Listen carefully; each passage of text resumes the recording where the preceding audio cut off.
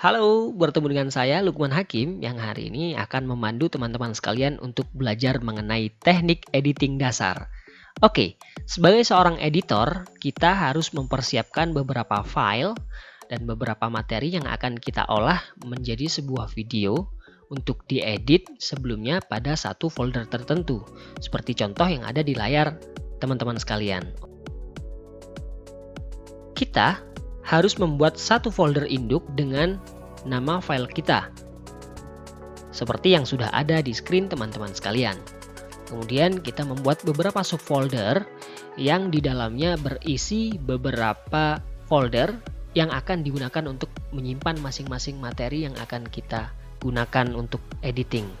Seperti contoh yang sudah ada, di sini saya memberikan beberapa contoh di antaranya. Yang pertama, folder project, yaitu folder di mana tempat kita akan menaruh atau men-save project kita nanti. Kemudian folder materi video kita, ada beberapa footage yang akan kita edit nantinya. Terus kemudian materi audio jika memang audio di tag terpisah pada device tertentu. Kemudian materi grafis, bumper dan segala macamnya.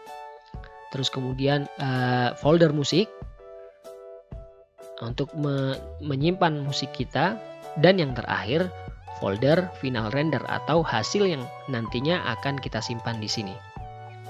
Oke, tanpa berlama-lama, tahapan ini disebut sebagai tahapan manajemen file atau foldering. Oke, ini adalah salah satu software profesional yang digunakan oleh para editor-editor di dunia untuk mengedit sebuah video. Oke, untuk memulai sebuah project baru, kita perlu mengklik atau silakan pergi ke New Project. Terus kemudian kita letakkan pada folder yang sudah kita siapkan tadi. Contohnya seperti yang sudah ada di screen. Kita simpan di folder project. Kemudian klik select folder.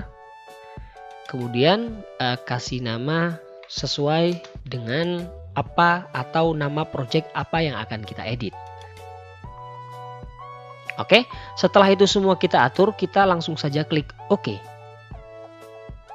Oke, ini adalah tampilan pertama secara default ketika kita membuka aplikasi Adobe Premiere Pro.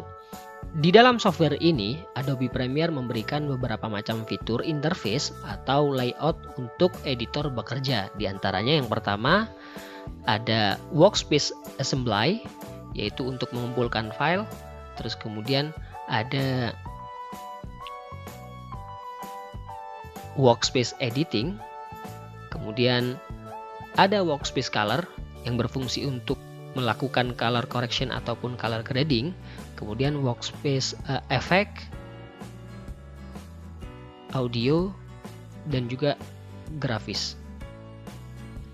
Selanjutnya kita bisa mengcustom layout ini dengan beberapa pilihan-pilihan yang sudah kita setting atau yang memang kita kehendaki. Contohnya seperti yang sudah saya lakukan, men-setting sesuai dengan kebutuhan atau dengan kebiasaan yang saya lakukan.